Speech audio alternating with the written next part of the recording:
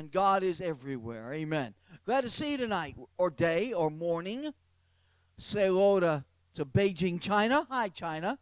Glad you're with us right now. Brazil, you speak Portuguese. I hope you understand a little bit of English. All right. Germany, where we are. Nuremberg this week, right, Dave? We're in Nuremberg, Germany. He was somewhere in Germany. He didn't remember. He saw the list, but Dave is technical people are just technical people. I do not expect you to read all those. We're glad you're here, amen. Wherever you are, and may the God bless you mightily. Well, I was thinking about the season in which we're living in. Specifically the political season here in the United States in which we're in. And I'm very concerned with, and I'm not making a political statement, I'm making a spiritual statement. I'm very concerned with what is being done in our world right now in the United States when it comes to truth. It bothers me to what I'm hearing. Tonight we're going to look at an account of Jesus talking about exactly what's going on in the United States, even as I speak on this Tuesday night. We're going to take a look at it, and you be your own judge. Mark 7:14 says, "And when he had called all the people unto him, he said unto them, Hearken unto me, every one of you, and understand." Here's what he said.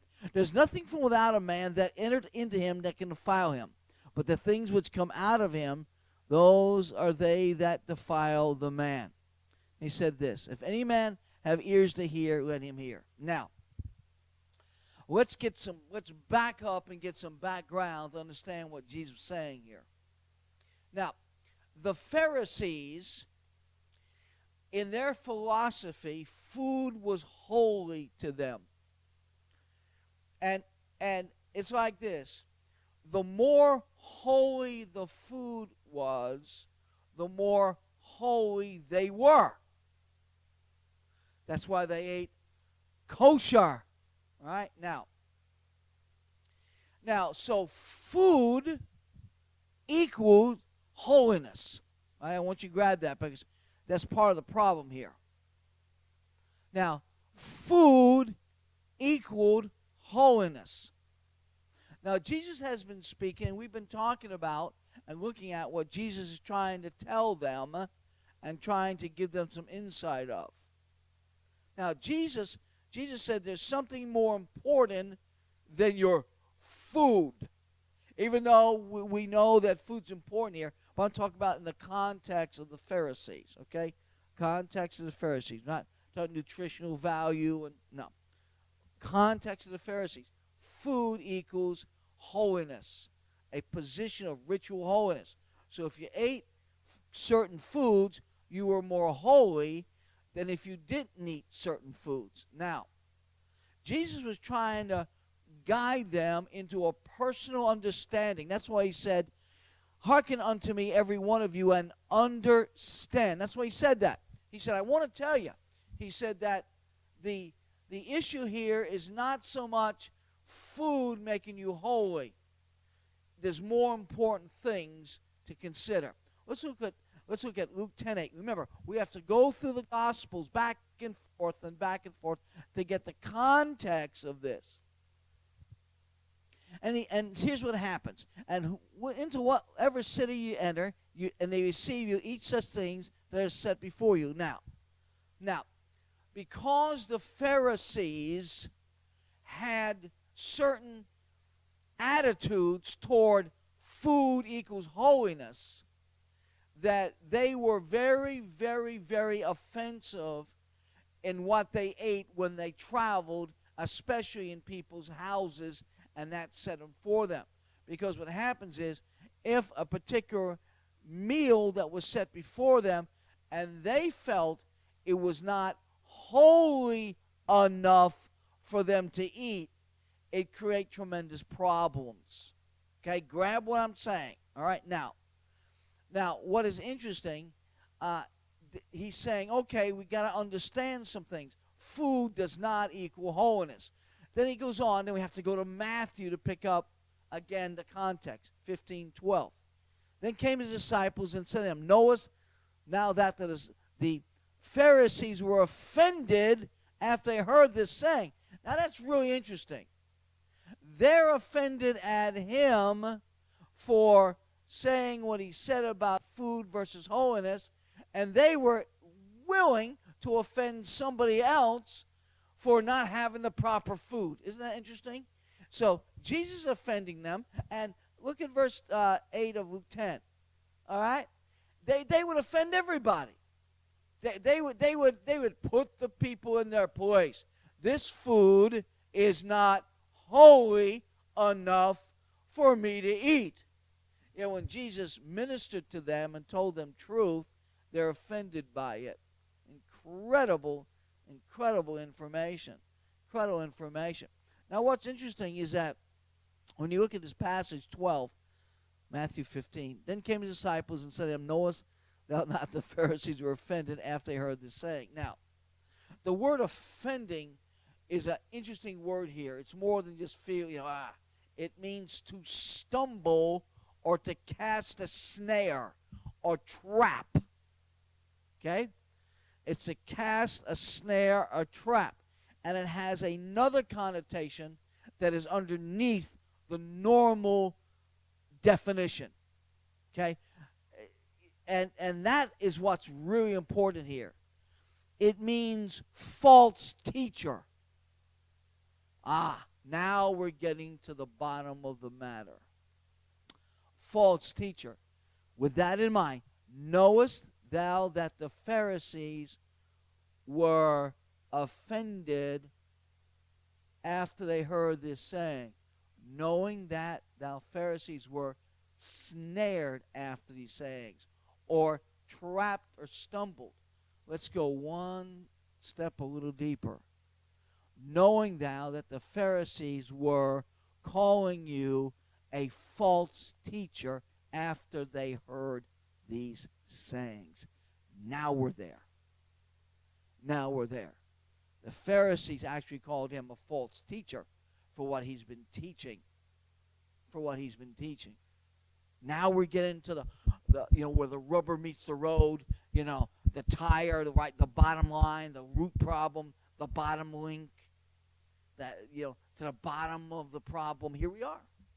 The false teacher, they were saying this man is called Jesus is teaching false things.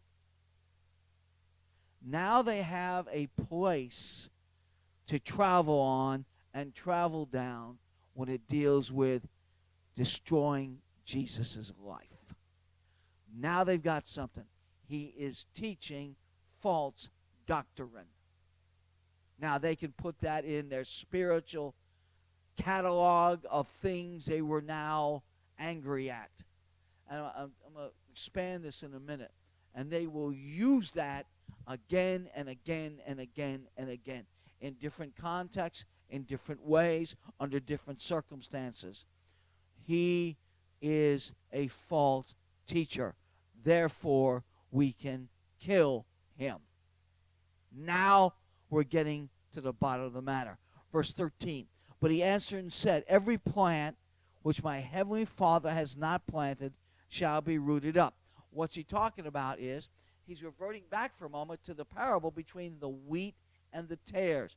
Both grow together, both look the same, both grow at the same rate. But what happens is they go, and eventually the tares are separated from the wheat and are cast into the fire and are lost. That's what Jesus is saying here. He said, there's going to come a time that these plants, Pharisees, and what they're saying will be rooted up. And that's exactly what happened. This is a prophecy of what happened to the Pharisees. Jesus prophesying.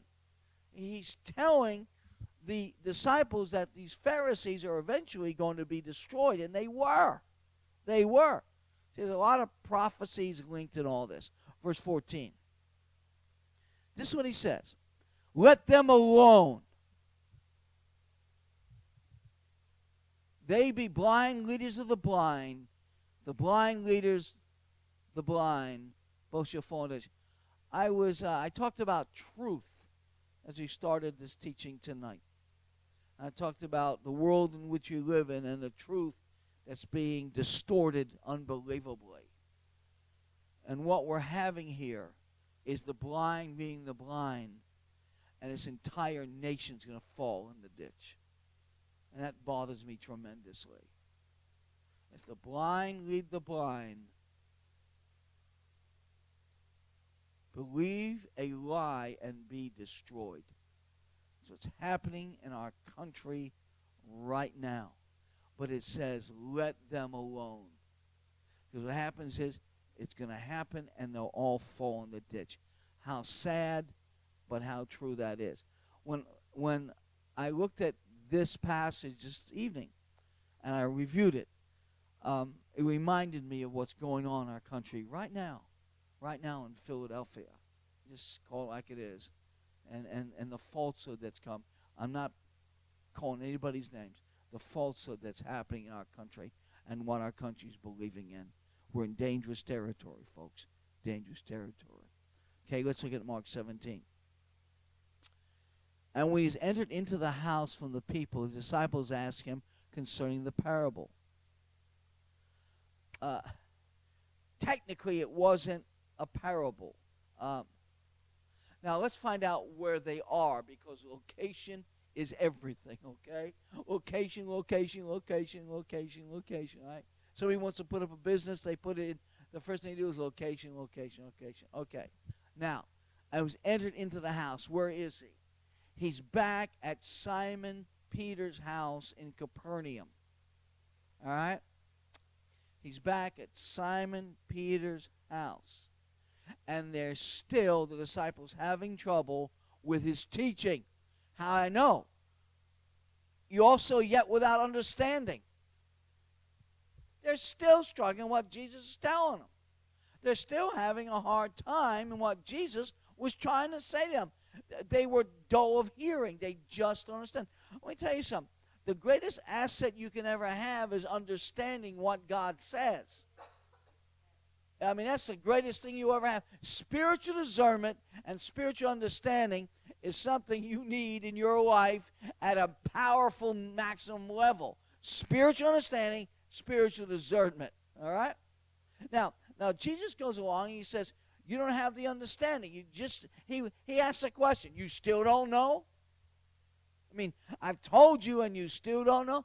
Some people are just slower than others in a lot of spiritual understanding. Some folks are just, you know what I'm saying? They're just like, they look like an old-time movie, a black and white old-time, they just do. Well, see, nobody here, of course, and none of you watching, other people, right, out there. Nobody here, right? Amen, everybody? Yeah, nobody, yeah. Out there somewhere. None of you watching. Nobody in Grace Point Ministries, somewhere else, all right? Now, he says, don't you know what I'm saying? Because what he's saying is so important to them, and it's so important to us. And he's going to tell us why right now. This is Mark 7. Remember, we go Matthew and Mark and Luke to get the entire picture. Look what he says. And he saith unto them, are ye so without understanding also? That means he puts them in a category with the Pharisees. Ooh, that's not a good place to be. Do you not perceive that whatsoever thing from without entereth into the man, it cannot defile him? What's he talking about? Remember, the Pharisees are hopped on what? On food equals holiness. The more holy my food, the more holy I will be. That's our attitude. So if I eat less holy food, I'll be less holy. If I eat more holy food, I'll be more holy. And Jesus says we're not dealing with this because it's not really important. It really isn't when it comes to eternal things. Here's what's important. Because it entereth not into his heart, but into the belly, and goeth out into the draught, purging all meats. Or simply this, it gets in your system and you go to the bathroom. That's basically what he's saying. Okay? It's a heart issue. The issue is the heart. It always has been and always will be. The heart, the inner man, the spiritual man. That's where it says it's at. This issue is not the more holy Fuji, the more ritually holiness you become. It's not the issue. The issue is a heart issue. Then Jesus drops one of the biggest bombshells he ever dropped. It's found in verse 20. Look at it. And he said, that which cometh out of a man does not defile the man. Okay, now what's interesting here, remember, in your mind, holiness, food. The more holy food, the more holiness I have with God. So Jesus, just shoots a hole in that thing. Then he says this, from within, out of the heart of man proceedeth evil thoughts, adulteries, fornications, murders. Look at this here. Thefts, covetousness, wickedness, deceit, lasciviousness, an evil eye, blasphemy, pride, foolishness. Now, there's 13 things mentioned here. There are 13 different items. Evil thoughts, adulteries, fornication, murders, thefts, covetousness, wicked, deceit, lasciviousness, evil eye, blasphemy, pride, foolishness. There's 13 different things here. And they proceed out of where? The heart. The heart. The heart. The heart. And Jesus is trying to tell them that that's the issue. I looked at that list today, again tonight, when we were setting up we go through the slides and go through the whole sequence of PowerPoints before anyone gets here to make sure we have everything correct on the screen for you. And I began looking at that, and I'm going, look what's happened today. Our world is full of evil thoughts, adulteries, fornications, murders, thief, just everything, covetousness, wickedness, deceit, lies, right? Lasciviousness, that means just uncontrolled passion, an evil eye, blasphemy, pride, foolishness. And these are heart issues. Heart issues. Food does not deliver anything like this. Food is not the point of blame for this. A person's heart and their attitude and action and what's in it generates this.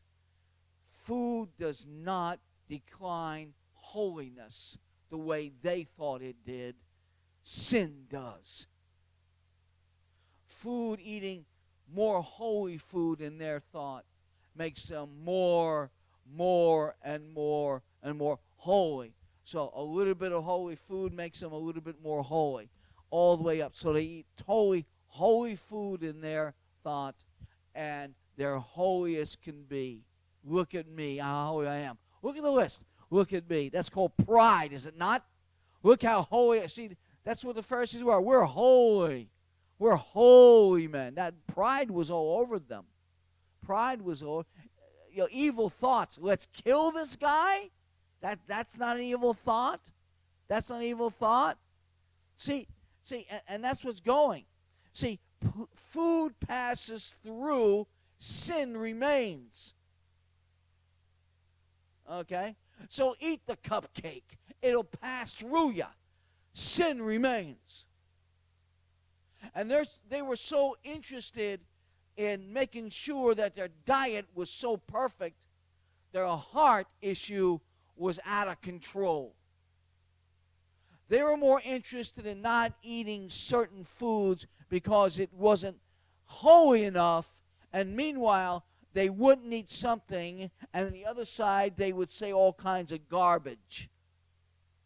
I want you to grab this because it's so important. It's so important. It's so important. Now, when you look at this, let's go to Matthew 15:20. Look at this. The things that are which defile a man, but to eat with unwashed hands defile not a man. Remember we talked about the unwashed hands? This is where this has come out of. Your disciples does not wash their hands when they eat. That was the issue. That's what started this whole sequence of things, remember? It was that your disciples is not washing their hands ceremoniously, and therefore they are sinning. And that started this whole chain of events. Some of your disciples are not following the law of ceremonially cleansing. We dealt that pretty tough, pretty tight last time. These are things which defile a man, but to eat with unwashed hands defileth not a man. Just because some of the disciples were eating that bread out of those baskets that came from across the area where he did the miracles on the hill with the 5,000 men and women and children and probably 10,000 together, and they got the 12 baskets. They put it on the boat. They went through the problem of the walking on the water. They got on the other side and had all that trouble, and saying this and saying that, and then they're hungry, so they eat the stuff in the baskets. Listen, the bread has been out in the middle of a lake in a storm, and how sanitary really is it? You know?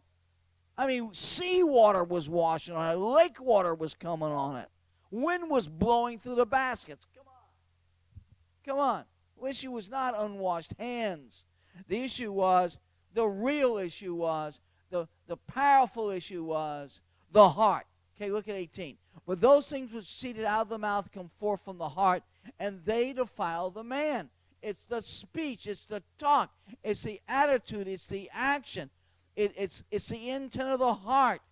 It's everything else. That's where the problem is. It's not because you eat a sandwich and didn't wash your hands. You know, and isn't it interesting today? We have never more been so sanitary in all our lives. And so much more diseases.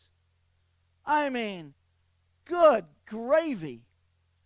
you know, we've got, we wash our hands as we carry that stuff around. I think we almost take a bath in here, have some sanitary. Hey, somebody had an ice cream cone back then, everybody got a lick. Nobody got sick. Everybody held the cone. Thirsty, go to a neighbor's house, turn on their spigot, and drink. And if the hose is connected to it, find where it's laying in the dirt in the yard, pick it up and drink for it. I don't know anybody that got sick. I really don't. Hey, you had enough money to buy one bottle of a Coke, and there was 10 guys, and everybody drank. Right? Nobody got sick. What happened? And above all, I love this more than anything. I could go to downtown Manhattan on Fifth Avenue, find the soubrette guy, and ask for a hot dog with mustard and sauerkraut. His hands probably had every bit of gas and diesel coming off the buses that was like 4 feet from him, right? He reach in and fish around and flounder around, come up with a hot dog, slap in the bun, put the mustard on it, slap the sauerkraut. We give him the money. He'd give me a wonderful cream soda. They'd come across the counter. He'd open it on this rusty opener, right? And we'd stand there in the dust and the grit and ate it, and nobody ever got sick. Now, you know what I mean? Oh, don't touch that. There's like a 10-second rule. Like we had like a 2-week rule.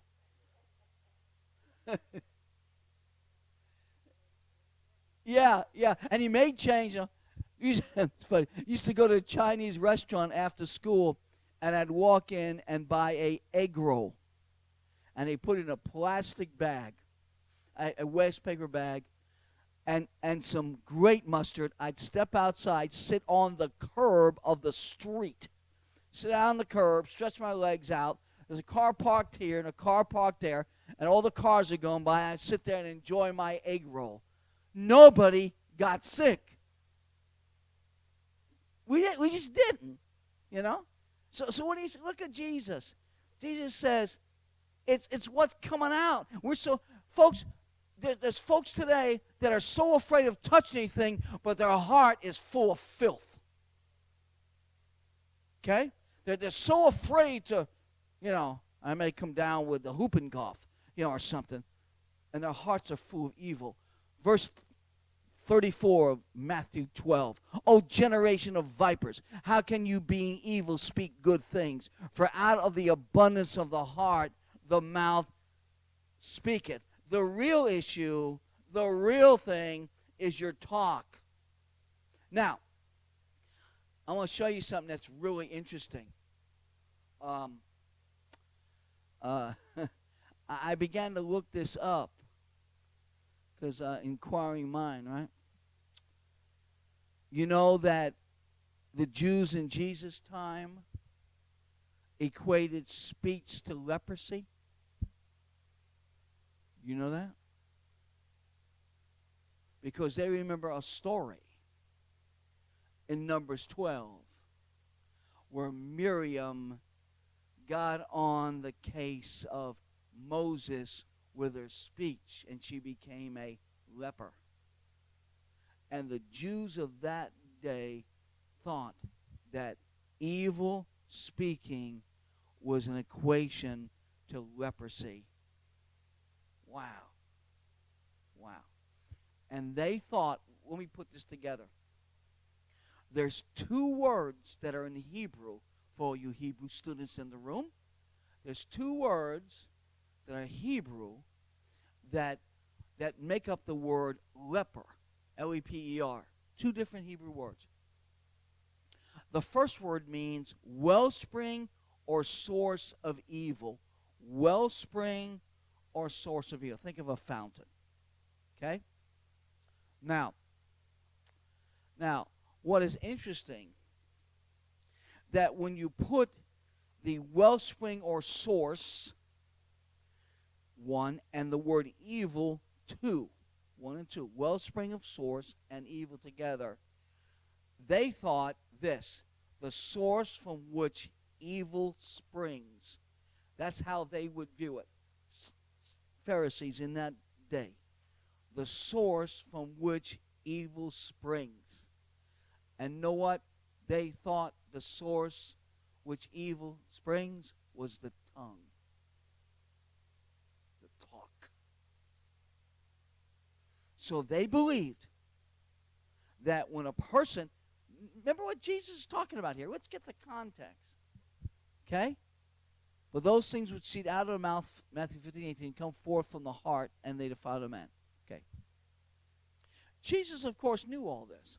He knew what was going on here. Now, so here's what technically happened. When a person speaks evil in the sight of the Pharisees in Jesus' day, that person becomes a spiritual leper.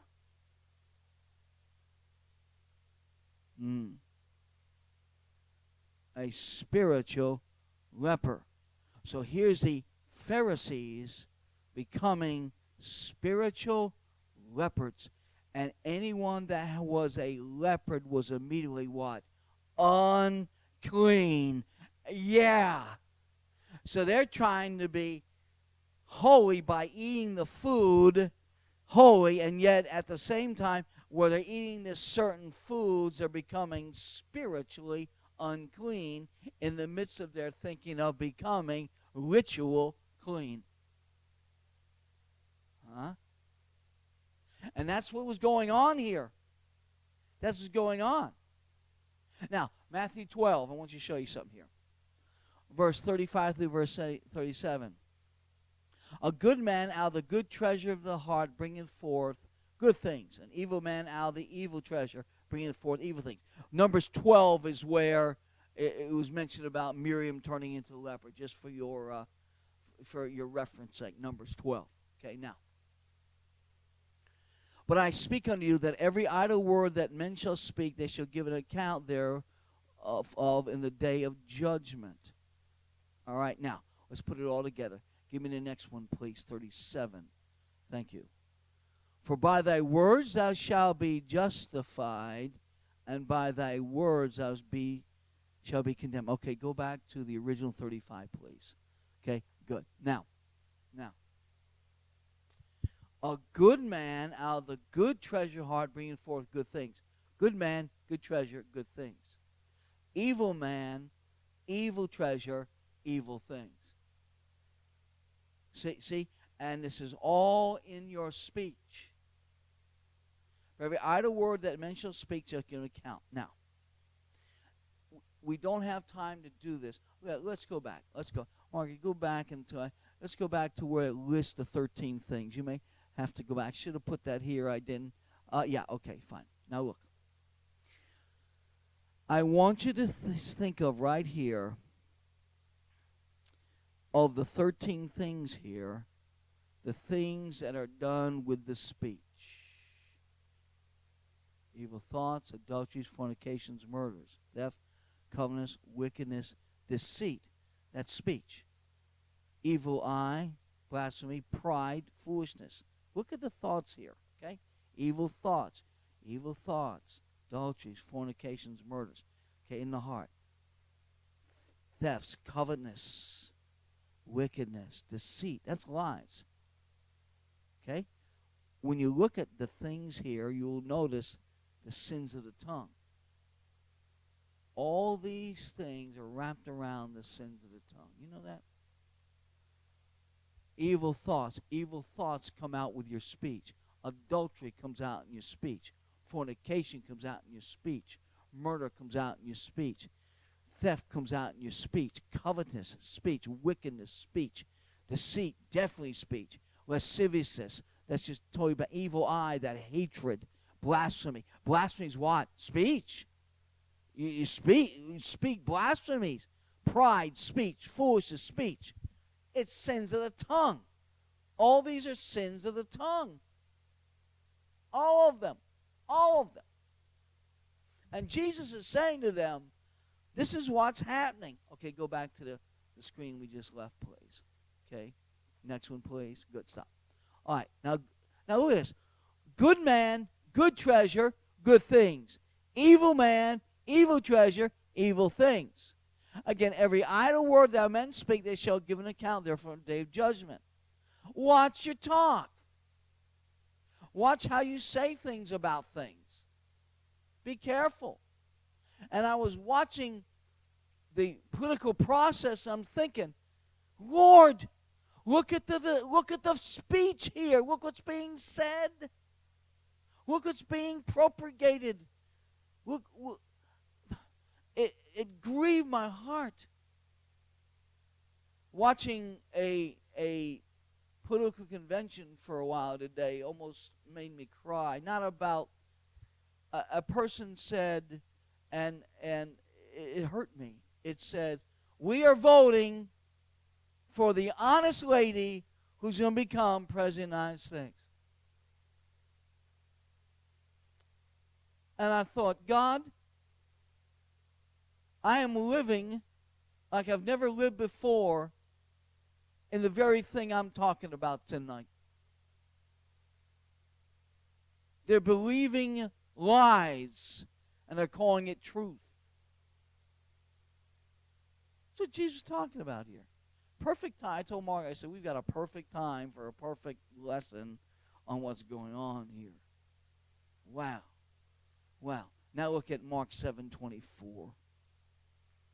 Yes. Here's what happens. For thy words thou shalt be justified in 37, and by thy words thou shalt be condemned. Your words will get you, and the words will condemn you. Isn't it amazing that all this isn't new? The Bible's got it covered, totally. If it's in the Word, it's been in the Word of God long before, right? Now, let's look at 24. And from hence he arose, and he went to the borders of Tyre and Sidon, and entered a house, and would have no man know it, but he could not be hid. Now let me show you something. Let's look at what's going on here. Okay. Jesus is falling into a dangerous situation. Okay? The Sadducees, quote Pharisees, are ready to denounce him. You can read that in the scripture right there. They're ready to denounce him. Antipas, Herod Antipas, right, wants him arrested because they're saying he's king. The crowds are saying, make him king. Antipas, okay, wants his arrest because he's afraid of the revolution that the crowds are going to start to make him king of the Jews, which he wants to be. And the Sadducees are beginning to denounce him. So Jesus leaves the area. Sometimes you just got to get out of Dodge. He leaves the area, and he goes 30 miles northwest to Lebanon. Tyre and Sidon's in Lebanon, or where the Phoenicians are come from. The Phoenicians came out of Lebanon. So Jesus leaves Israel, goes to Lebanon. Tyre and Sidon are in Lebanon.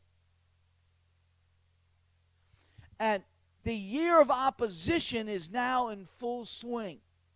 It was twinkling a year of opposition when John died. Now it's full-bore opposition. It's full swing. It's full swing. And nothing's going to stop it to the cross. Jesus had his year of popularity already. He's a good guy. And now he's a false teacher. Remember, offended false teacher? He's a false teacher. He's not truthful, so on and so forth. So he leaves at Tyre and Sidon. Now, in Tyre and Sidon, there's a Jewish area and a Jewish population and a synagogue in Tyre and Sidon in Lebanon. So this is interesting, too. At the time of the year this is happening, it's summer. This is summertime. And summertime in Israel is pretty hot. But summertime by the seashore in Tyre and Sidon is pretty cool because of the Mediterranean trade winds. Cools off Tyre and Sidon. So Jesus is beating the heat by going to Tyre and Sidon, and he's maybe walking on the beach. Folks, you got to begin to think the way life was back in those times. Don't spiritualize everything. He's in Tyre and Sidon because he's tired of sweating in Israel. So he needs a break, and they need a break, and maybe Jesus is taking a summer vacation. No one knows how long he's there. Jesus is he's putting his feet up. That's what he's doing. But here's what happens. How long he was there, don't know. How long he walked upon the seashore, don't know. What we do know is he could not be hid. He didn't want anybody to know he was there. It says that. Would have no man to know it, but he could not be hid. Somebody recognizes him. Somebody goes. Remember, I was down in Capernaum, and there's 12 of them. Let's see. That looks like that guy named Jesus. of Nazareth. His headquarters in Capernaum, and he hangs around with a guy named, there's Simon over there. I remember selling some fish to him one day. See? It got out. It got out. And then this happens in 1522. Okay? Okay, that's good. Stay right there. All right, let's see. Let's stay right there. Mark 7:25. You're good. For a certain woman whose young daughter had an unclean spirit heard of him and came and fell at his feet. Heard of him. Never met him, but heard of him and fell at his feet. And the woman was a Greek, a Syrophoenician by nation, and she besought him that he would cast forth the devil out of her daughter. But Jesus said to her, let the children first be filled, for it is not meet to take the children's bread and cast it unto the dogs. Now, there's a backstory here. The Bible tells us he's in the house. He's in Simon's house, and he leaves, and he's somewhere up in Tyre and Sidon, someplace. Okay? He may be staying with some of the Jewish people that he knew. He could be sleeping on the beach. No one really knows. Or do we? Let's talk about that. Let's go to Matthew 15:22. And behold, a woman of Canaan. Oh, that gives us some insight. Canaan came out of the coast. A woman of Canaan came out of the coast and cried to him, saying, have mercy on me, O thou son of David. My daughter is grievously vexed with a devil. A woman of Canaan. The Syrophoenician woman lived in Israel.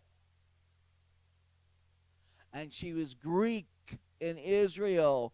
But now she's up in Lebanon. And that's probably where she's from. She'd heard of him, but had never met him.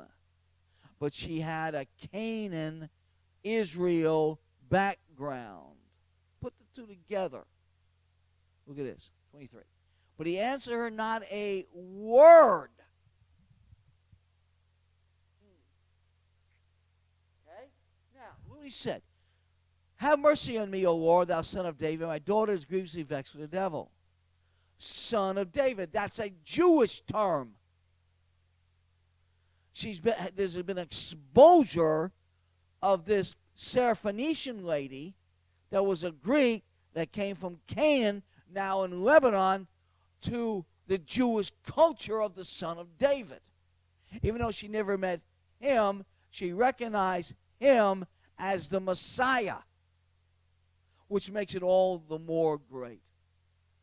But her background was she was Gentile. So here's a lady that Greek Gentile, Syrophoenician, from Canaan, using Jewish terms, going to the Jewish Messiah. Wow. Wow. Wow. You think you have cultural problems, right? Do you have cultural problems today? That's real cultural problems. But he answered her not a word. So, she's applying son of David, Messiah, and he's not saying anything. And the disciples came and besought him, saying, send her away, she crieth after us. Now, I want you to back up. We think all this happened within a couple minutes. It did not happen in a couple minutes. How do I know? Send her away, she crieth after us.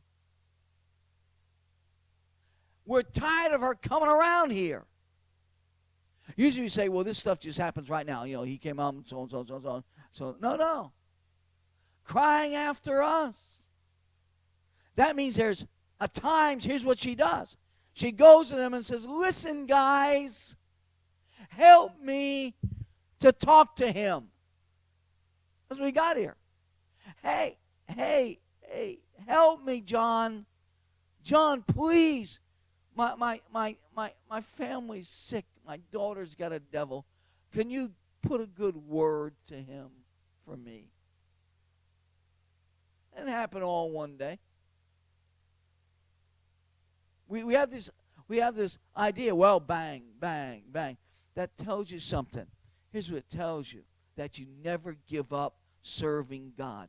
Hallelujah. And you never give up bringing your needs to Him. And you never give up going after the need of your life, for your life, your family's life, your friend's life.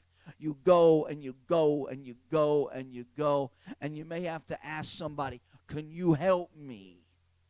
That's what's happening here. But the disciple says, we're tired of her coming around every day. Send her away. They couldn't send her away because they knew that only He could help her. Never get discouraged about somebody saying to you, oh, you need to quit praying about that. You need to stop that. Come on, after a while it gets kind of redundant. It gets kind of old, doesn't it? Don't you dare. Don't you dare. The disciple says, send her away. The disciples were in the send her away business. They always somehow were trying to get rid of people. Send the children away. Right? They're always in this away mode. That's what He said, let them come. So here was a lady, the Syrophoenician Greek lady that was connected in Canaan, that knew the Jewish terms, and now in Tyre and Sidon. Comes to Him. See, it doesn't say a thing. Doesn't say a thing. And when He finally says something, it's not what she wants to hear, verse 24. He answered and said, I am not sent into the lost, but to the lost sheep of the house of Israel. Wow. The lost sheep is not my mission here. Don't worry, Gentile lady, Syrophoenician, Canaan, Jewish information, but it's not the scope of my mission now. Your turn will come, but not now. Look at this. Matthew 10, 5, and 6. Okay? In that passage, He's in the house, and many are coming and going, and it's just a conglomerate of things. Let's go on to 7:27. But Jesus said to her, let the children first be filled, for it is not meet to take the children's bread, cast into the dogs. Okay? Well, now let me get some insight on that. Okay? This is fantastic. He's talking about the God's table, where think we cannot in the Western mind grab this the way they grabbed it, because we don't eat the way they ate. Remember, they had very low tables, and everybody reclined at the table to eat. They're not sitting in chairs. Okay? You know, they're sitting in, that's Western thought. That's why on the Last Supper, John was leaning against Jesus' breast. It'd be very difficult if someone was sitting here to lean against somebody here and then try to eat too. That would be awkward. But they laid down. So they reclined at the table. So Jesus said, let the children first be filled. It's not correct to take the children's bread and cast it unto the dogs. Okay? So, in her mind, they're all laying down eating. They're all reclining. All right? They're eating. That's why they use their hand. That's why when Jesus said, the one that's betraying me, his hand will meet mine in the bowl. So Jesus is laying down, and Judas is laying down, and Jesus reaches for the bowl, and Judas reaches for the bowl, and they both reach into the bowl simultaneously with their hands. So here's what happens. And cast it to the dogs.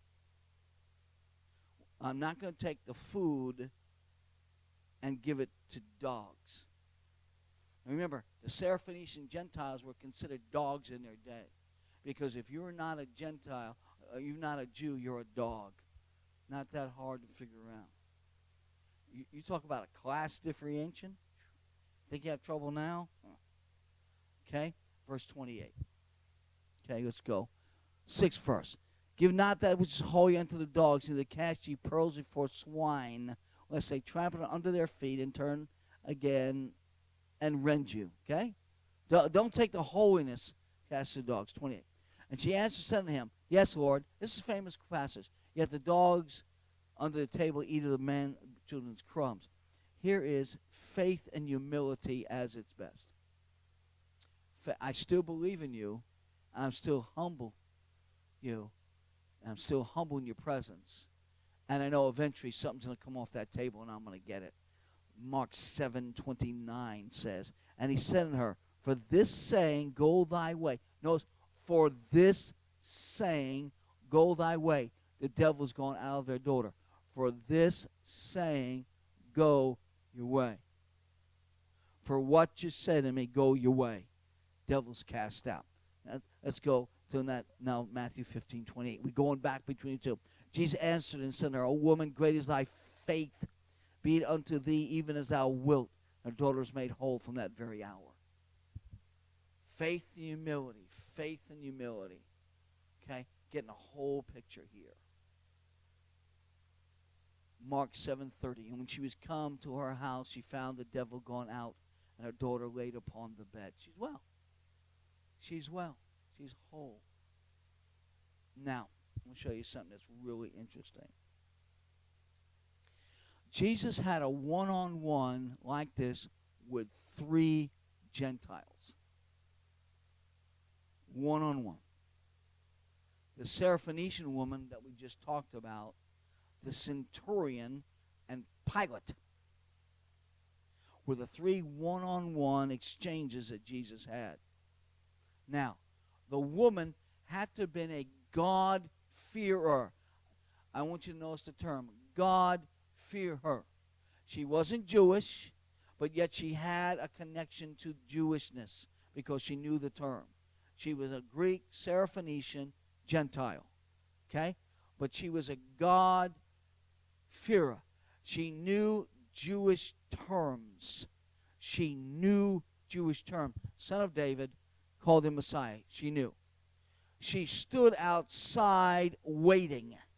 There was always a wait period. Wait period. Wait period. Go away. You know, Jesus said nothing, and she eventually went away. Okay, the second person was a centurion. The centurion was a guy that was Gentile, absolutely, a Roman soldier without question, but he would minister to the Jews by building them a synagogue, okay? And so he also knew something about being Jewish. It was forbidden for the Jewish people to go in Gentile houses. They couldn't do it because they'd be ceremoniously unclean. That's why you never see the Pharisees in someone's house that was not Jewish. So when the man said, come home with me, or Jesus said, I'll go home, he said, don't do it, just speak the word. Or don't be unclean by coming home with me.